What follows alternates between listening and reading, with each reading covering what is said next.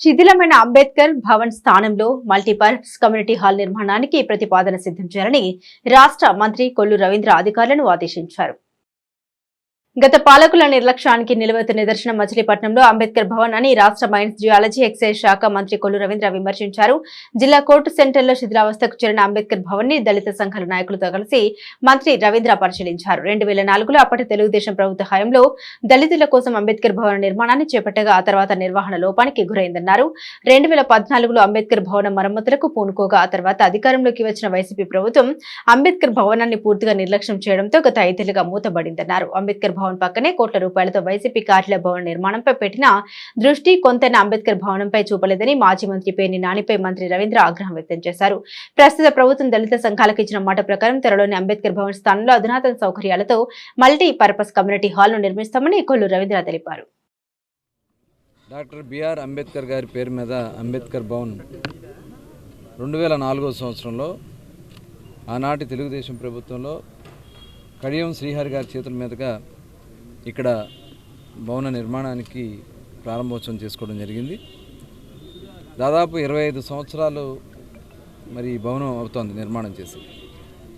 2019లో తెలుగుదేశం ప్రభుత్వం అధికారంలో ఉన్నప్పుడు దీన్ని మళ్ళీ తిరిగి పునర్నిర్మాణం చేయాలి, దాదాపుగా మొత్తం డెలాబరేటెడ్ కండిషన్స్కి వచ్చేసింది, పడిపోయే పరిస్థితి వస్తుంది, నిరుపయోగంగా ఉందని చెప్పి భావించి, ఎందుకంటే 5 సంవత్సరాలు కూడా మేము చాలా కార్యక్రమాలు ఇక్కడ చేసాం, అందరికీ ఉపయోగపడే విధంగా ఉండాలనే ఉద్దేశంతో ఆ రోజున దాదాపు 5 కోట్ల పైన ఎస్టిమేట్ వేసి ఆ రోజున ప్రభుత్వం నుంచి కూడా దీనికి శాంక్షన్ చేయించడం జరిగింది.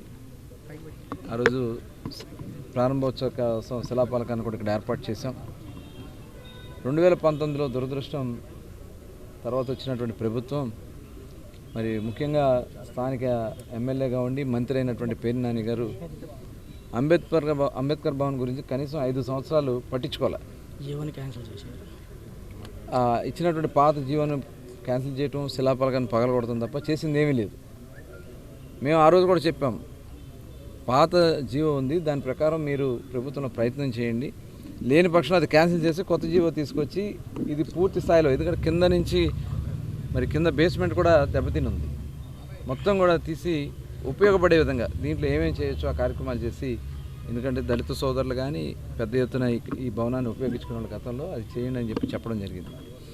అలాగే ఆ రోజున మరి బాలశౌరి గారు కూడా వైఎస్ఆర్ పార్టీలో ఉన్నారు, ఆయన పార్లమెంట్ సభ్యులుగా ఉన్నారు, వారు కూడా అంబేద్కర్ భవన్కి నేను కూడా దీనికి మరి ఎంపీ లాడ్స్ నుంచి కానీ లేదంటే సిఎస్ఆర్ ఫండ్స్ కానీ తీసుకొస్తాను. అలాగే బాబా ప్రసాద్ గారు జనసేన నాయకులు, అలాగే ఈ అంబేద్కర్ భవనం సంబంధించినటువంటి పెద్దలందరూ కూడా ఈ రోజున అంబేద్కర్ భవనం ఏ పరిస్థితిలో ఉంది, ఎందుకు అలా అయిపోయిందనే విషయం మీద వచ్చారు. మంత్రి గారు మొత్తం చూసి దీన్ని అర్జెంటుగా మరి బాగు చేయడం కాకుండా పూర్తిగా తీసేసి సెల్లారి కింద పార్కింగ్ ప్లేస్ వేసి పైన 2-3 ఫ్లోర్లు వేసి అన్ని రకాలుగా అనుకూలంగా ఉండేటట్టుగా ఒక మీటింగ్ హాలు, అలాగే డైనింగ్ హాలు పైన ఇవన్నీ కూడా వస్తే బాగుంటుందనే ఆలోచన చెప్పారు. ఎందుకంటే ఓ పని చేసామంటే తరతరాలు చెప్పుకోవాలి. ఎందుకంటే మహనీయుడు, ఈ రోజున అందరం కూడా ఓటు హక్కు సంపాదించుకున్న మనుషులుగా గుర్తింపు వచ్చిందన్న అంబేద్కర్ గారి పుణ్యమే. అప్పటి వరకు మనకు ఓటు హక్కు లేదు, మనుషులుగా గుర్తింపు లేదు. అన్ని రకాలుగా చేసినటువంటి మహనీయుడికి ఇలాంటి కార్యక్రమాలు ముందుగా చేస్తే మన మచిలీపట్నానికి కూడా చాలా మంచి జరుగుద్ది. ఇంకా ఈ జరగబోయే కార్యక్రమాలన్నిటికీ కూడా మరి మంచి జరగాలని, ఆయన యొక్క నామం మంచిగా ఘనంగా అంబేద్కర్ భవనంకి జరగాలని జనసేన, తెలుగుదేశం, బీజేపీ పార్టీల యొక్క ఆశయం ఒకటే. మొన్న ఈయన కూడా చెప్పారు, ఎవరంటే ఎంపీ గారు కూడా దీని మీద మంచి పట్టుదలగా ఉన్నారు. ఇది ఘనంగా చేద్దామనే ఆలోచన ఉంది. త్వరగా ప్రారంభించి పూర్తిగా కొనసాగే వరకు లోన వంట సామాన్లు కూడా కొనేదాకా జరగాలని. గత 5 సంవత్సరాలుగా అంబేద్కర్ భవన్ని ఎప్పుడు ఇచ్చేస్తారని చెప్పి 5 సంవత్సరాల నుంచి చూస్తున్నాము. ఎట్టకేలకి పునాది పడింది. మన మంత్రివర్యులు కొల్లు రవీంద్ర గారు వచ్చి అంబేద్కర్ భవన్ని విజిట్ చేయడం జరిగింది. ఆయన ఒకటే మాట ఇచ్చారు, కొత్తగా మళ్ళీ కట్టించి ఇస్తానని చెప్పడం మా ఎస్సీలకి ఎంతో ఆనందంగా అనిపించింది. ఒకసారి చూస్తే టీడీపీ గవర్నమెంట్లో 5,25,00,000 విడుదలయ్యింది. అయితే ఏమైందంటే తర్వాత ఎలక్షన్ కోడ్ రావడం వల్ల అక్కడతో ఆగిపోయింది. నెక్స్ట్ గవర్నమెంట్ పట్టించుకోకుండా ఎలా తయారు చేసిందంటే ఎందుకు పనికిరాని భవనం కింద. తర్వాత మన ఎంపీ గారు బాలశౌరి గారు 5 కోట్లు ఇచ్చి నేను చేయిస్తానన్నా కూడా అమ్మ పెట్టదు అడుగు తిననివ్వదు అన్నట్టుగా చేసేసి దీన్ని ఎక్కడ ఆయనకి పేరు వస్తుందో అని చెప్పి ఇక్కడ ఉన్న స్థానిక నాయకుడు దీన్ని డెవలప్ చేయకుండా ఈ పాపాన్ని మూటగట్టుకున్న మా పేర్ని నాని గారికి ఒకటే చెప్పదలుచుకున్నాము, మీ పాపాలు పండిపోయినాయి. మళ్ళీ అంబేద్కర్ భవన్ని మళ్ళీ మేము కొత్తగా కట్టించుకొని అందులో ఫంక్షన్లు చేసుకుంటామని మీకు గర్వం. ఎంతో 5 ఏళ్ళు నిర్లక్ష్యం చేయబడిన అంబేద్కర్ భవనాన్ని ఈరోజు మంత్రి కొల్లు రవీంద్ర గారు అట్లాగే బాలశౌరి గారి ఆదేశాల మేరకు ఆయన కూడా ఇది పట్టుదల ఎంతో కట్టాలని చెప్పి మొదటి నుంచి కూడా పట్టుదలతున్నారు. వీళ్ళిద్దరి సంకల్పం ఈ అంబేద్కర్ భవనాన్ని పునర్నిర్మాణం చేసి ప్రజలకి సౌకర్యార్థం అందరికీ కూడా అందుబాటులో ఉండేట్టు చేయాలని చెప్పి ప్రభుత్వ కార్యక్రమాలు కానీ పేదల కార్యక్రమాలన్నీ కూడా ఇక్కడ చేయాలని ఒక సంకల్పంతో నిర్ణయం తీసుకున్నారు.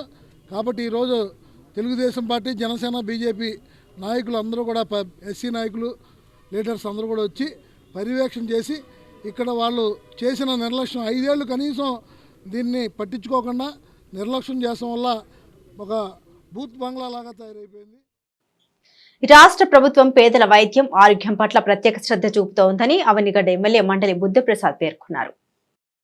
మోపిదేవి మండలంలోని పెద్దకల్లపల్లిలోని ప్రాథమిక ఆరోగ్య కేంద్రాన్ని ఎమ్మెల్యే మండలి బుద్ధప్రసాద్, నియోజకవర్గ నాయకులు మండలి వెంకటరాములు పరిశీలించారు.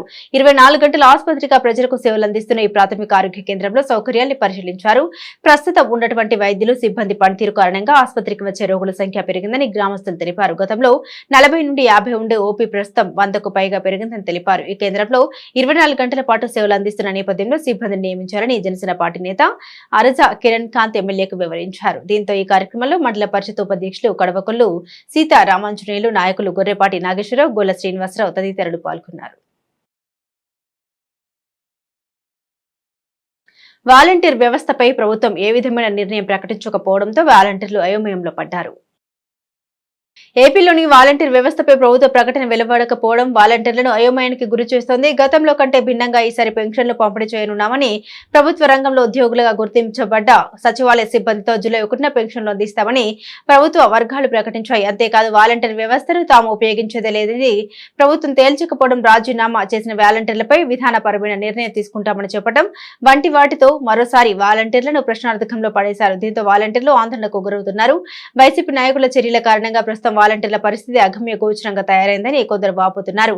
టీడీపీ ప్రభుత్వం వాలంటీర్ల కష్టాలను గమనించి వారి గౌరవ వేతనాన్ని 10,000కు పెంచుతామని హామీ ఇచ్చిందని, ప్రస్తుతం రాజీనామా చేయకుండా అలాగే ఉన్న 1,00,000 మంది యువతకు నెలకు 10,000 చొప్పున ఏడాదికి 1,20,000 కోల్పోవాల్సి వస్తుందని వారంటున్నారు. మొత్తంగా 5 ఏళ్ల పాటు దాదాపు 6 లక్షలు తాము కోల్పోవాల్సి వచ్చిందని తాము రాజీనామా చేసిన వాలంటీర్లు ఆవేదన వ్యక్తం చేస్తున్నారు. రాజీనామా చేసిన వాలంటీర్ల విషయంలో ప్రభుత్వం స్పష్టమైన చర్యలు తీసుకుంటుందని అందరూ అనుకున్నారు. కానీ ప్రభుత్వం ఇప్పటి వరకు ఎలాంటి నిర్ణయం వెల్లడించలేదు. ఏపీలో కొత్త ప్రభుత్వం ఏర్పడ్డ నేపథ్యంలో జూలై 1న పెన్షన్ల పంపిణీ చేయాల్సి ఉంది. ఈలోపు వాలంటీర్ల వ్యవహారం ఓ కొలికి వస్తుందని అందరూ ఆశించారు. ఇంటింటికి పెన్షన్ల పంపిణీ తిరిగి మొదలు పెట్టాలని రాష్ట్ర ప్రభుత్వం కూడా భావించింది. పైగా ఒకేసారి 7,000 రూపాయలు ఇస్తున్నారు కాబట్టి ఓ భారీ కార్యక్రమంలో పెన్షన్లు పంపిణీ చేయాలనుకుంటున్నారు. దీంతో వాలంటీర్లతో అవసరం పడుతుందని అనుకున్నారు. ఇలాంటి పరిస్థితుల్లో మంత్రులు చేస్తున్న వ్యాఖ్యలు వాలంటీర్లలో ఆందోళన కలిగిస్తున్నాయి. అసలు ఈ వ్యవస్థను కొనసాగిస్తారా లేక నిలిపివేస్తారా అని ప్రశ్నిస్తున్న వాళ్ళు కూడా ఉన్నారు. వారి కష్టాలను అర్థం చేసుకుని సానుకూల నిర్ణయం తీసుకోవాలని ఆశిస్తున్నారు.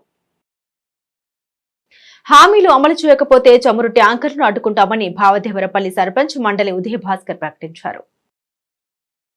నాగేలంక మండలం వక్కపట్లవారిపాలెంలో ఉన్న ఓఎన్జీసీ ప్లాంట్ వద్ద వక్కపట్లవారిపాలెం, నంగేగడ్డ, తుంగలవారిపాలెం, భావదేవరపల్లి, మర్రిపాలెం గ్రామాల పెద్దలు మీడియాతో మాట్లాడారు.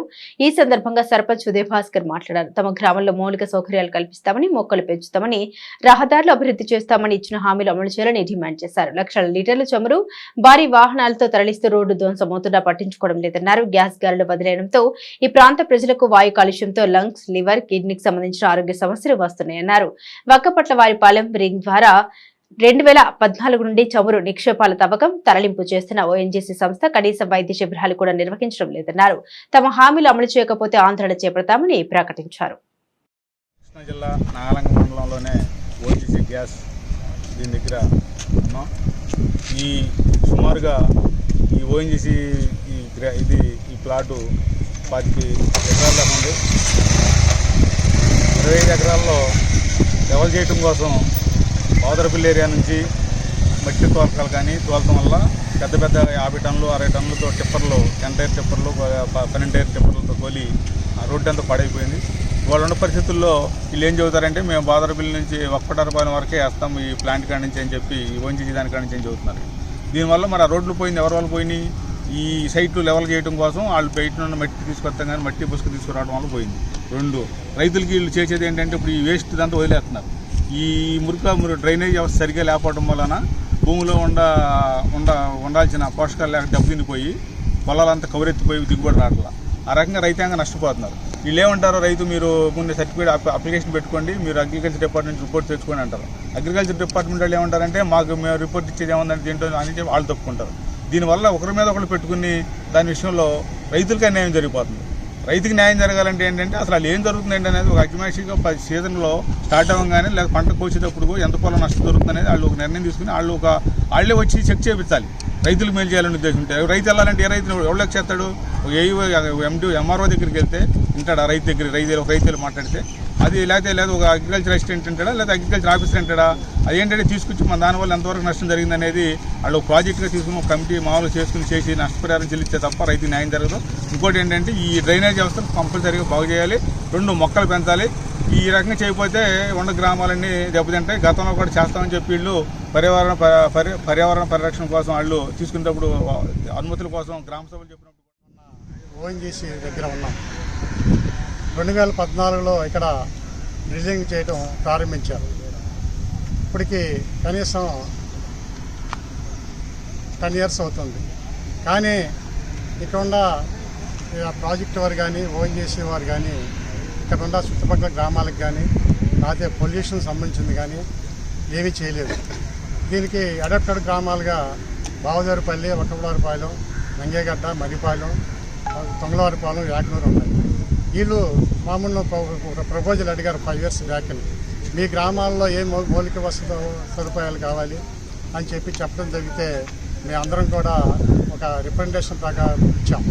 కానీ వీళ్ళ ప్రాజెక్టు వారు గత ప్రతి సంవత్సరం కూడా గ్రామాల్లో హెల్త్ క్యాంపులు పెట్టాలని, గ్రీనరీ పెట్టాలని చెప్పేసి వీళ్ళ ప్రాజెక్టులో ఉన్నాయి. కానీ ఏది కూడా గ్రీనరీ కానీ హెల్త్ క్యాంపులు కానీ లేకపోతే ఇక్కడ మంచినీటి సౌకర్యం కానీ కల్పించిన దాఖలాలు లేవు. ఒక్కపుల్లవారిపాలెం దగ్గర ఆర్ఓ ప్లాంట్ పెట్టా కానీ అది పనిచేయట్లేదు. కానీ ఇక్కడ ఉన్న ఇప్పుడు ఓఎన్జీసీ సౌర కేంద్రం కానీ ఇక్కడ ఇది మెగా గ్యాస్ వారు ఇక్కడ కొంతకాలం తీసుకెళ్ళడం జరిగింది. కానీ మధ్యలో మెగా గ్యాస్ వారు దాన్ని ఆపేయడం జరిగింది. భూమిలో ఉన్న గ్యాస్ని వాళ్ళు స్టోరేజ్ చేయడానికి వీలు పడుతుంది కాబట్టి ఆ గ్యాస్ని బయటకు వదిలేయడం జరుగుతుంది. మోపిదేవి శ్రీ వల్లి దేవసేన సమేత శ్రీ సుబ్రహ్మణ్యేశ్వర స్వామిని కృష్ణా జిల్లా ఎన్నికల పరిశీలకులు ప్రవీణ్ చౌహాన్ మోహన్ దాస్ దర్శించుకున్నారు.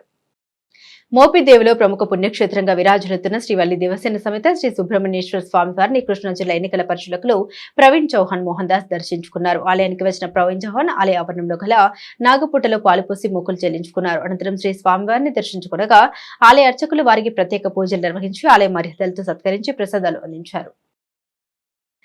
మంచి చేతి వ్రాత విద్యార్థులకు ఆత్మవిశ్వాసాన్ని పెంపొందిస్తూ ఉందని జిల్లా కలెక్టర్ డీకే బాలాజీ తెలియజేశారు. చేతివ్రాత శిక్షణ తరగతుల్లో ఉత్తమ ప్రతిభ కనబరిచిన ప్రభుత్వ ప్రైవేట్ పాఠశాల విద్యార్థులకు జిల్లా పరిషత్ సమావేశపు మందిరంలో సర్టిఫికెట్ల ప్రదానోత్సవ కార్యక్రమం నిర్వహించారు. ఈ కార్యక్రమంలో జిల్లా కలెక్టర్ డీకే బాలాజీ ముఖ్య అతిథిగా పాల్గొని విద్యార్థులకు సర్టిఫికెట్లను ప్రదానం చేశారు. జిల్లా కలెక్టర్ ఎస్పీ ప్రోత్సాహంతో విజయవాడకు చెందిన అమ్మఒడి హ్యాండ్ రైటింగ్ ఇన్స్టిట్యూట్ ఆధ్వర్యంలో మచిలీపట్నంలోని ఎస్వీ పబ్లిక్ స్కూల్లో 835 మంది విద్యార్థులు, పామర్లో ఉషోదయ ఇంగ్లీష్ మీడియం స్కూల్లో 120 మంది 1 నుండి 10 తరగతుల విద్యార్థులకు మే నెలలో ఉచిత చేతివ్రాత శిక్షణ తరగతులు నిర్వహించగా ఉత్తమ ప్రతిభ కనబరిచిన 150 మంది విద్యార్థులకు కలెక్టర్ సర్టిఫికెట్లు ప్రదానం చేశారు. ఈ సందర్భంగా కలెక్టర్ మాట్లాడారు. పాఠశాల విద్యా దశలోనే విద్యార్థులు మంచి చేతి వ్రాతను అభివృద్ధి చేసుకోవాలని, తద్వారా మంచి మార్కులు పొందేందుకు బాటలు ఏర్పరచుకోవాలన్నారు. చేతి వ్రాత వేగంగా రాయడంతో పాటు అర్థవంతంగా ఆకర్షణీయంగా ఉండాలని సూచించారు. కేవలం 15 రోజుల్లో మంచి చేతి వ్రాతను అభివృద్ధి చేసుకున్నారని, ఇదే స్ఫూర్తితో ఇతర అంశాలు నేర్చుకోవాలని సూచించారు. ఈ కార్యక్రమంలో జిల్లా విద్యాశాఖ అధికారి Tahir Sultana, Amma Vodi hand writing institute నిపుణులు, బోర్డు చెందిన విద్యార్థులు, వారి తల్లిదండ్రులు తదితరులు పాల్గొన్నారు. అటామిక్ హ్యాబిట్స్ అని ఒక బుక్ ఉంది. అటామిక్ హ్యాబిట్స్ అంటే ఏంటంటే ఇప్పుడు మీరందరూ మ్యాథమెటిక్స్ అంతా తెలిసే ఉంటుంది. ప్రతిరోజు if you improve your self just by 1%, మీరు ఒక రోజుకి 1% పెరిగినా కూడా 1 year లోపు you will be 300% better of your self. మీరు కావాలంటే జమెట్రిక్ ప్రోగ్రెషన్ క్యాల్కులేట్ చేయండి. అంటే మనము రోజు కొత్త గొప్ప ఇంప్రూవ్ అవుతూ పోవాలి. నేను ఈ రోజు ఇంగ్లీష్ నేర్చుకోవాలి అనుకుంటాను. నేను ఈ రోజు ఇంగ్లీష్ నేర్చుకోలేనప్పుడు రోజుకి 1 word, సెకండ్ 2 words, తర్వాత 3 words, 4 words ఇలా నేర్చుకుంటూ నేను వెళ్ళాను అనుకోండి, మీకే తెలియనట్టు 1 or 2 years లో మంచి ఇంగ్లీష్ వొకాబులరీ వచ్చేస్తుంది. అంటే మనం ఏదో ఒక రోజు కొద్ది రోజులు మనం ఎఫర్ట్స్ పెట్టేదాంతో పాటు కంటిన్యూస్ చేసేది కన్సిస్టెంట్ ఎఫర్ట్స్ ఏముంది, that is extremely important. So ఈ హ్యాండ్ రైటింగ్ ఎక్సర్సైజ్ నుంచి మీరందరూ మీకు ఒకటి సెల్ఫ్ కాన్ఫిడెన్స్ వచ్చింది అనుకుంటారు. సెకండ్, ఫోకస్ ఎలా పెట్టాలి నేర్చుకున్నారు. సెకండ్, గైడెన్స్ ఎలా తీసుకోవాలి నేర్చుకున్నారు. ఇది హ్యాండ్ రైటింగ్ మాత్రమే పరిమితం చేయకుండా మీ ఇతర యాక్టివిటీస్ కూడా దాన్ని ఇంప్లిమెంట్ చేయాలి.